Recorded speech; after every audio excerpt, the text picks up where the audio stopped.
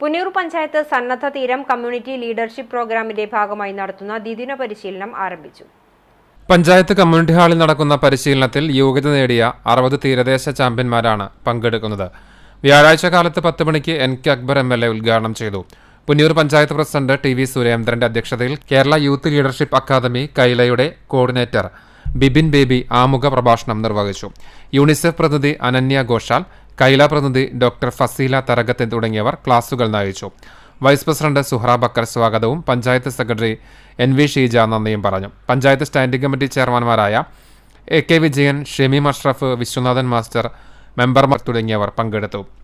കാലാവസ്ഥാ മാറ്റത്തിന് പ്രതിരോധത്തിനായുള്ള ലീഡർഷിപ്പ് പ്രോഗ്രാമിൽ പ്രാദേശിക തലങ്ങളിലുള്ള പ്രത്യാഘാതങ്ങളെക്കുറിച്ചും വിവര രേഖപ്പെടുത്തലിന്റെ അനിവാര്യതയും അതിന്റെ വിനിമയത്തെക്കുറിച്ചും ചർച്ച ചെയ്തു. പരിശീലനം വെള്ളിയാഴ്ച സമാപിക്കും. CCTV news, Punnoorkulam.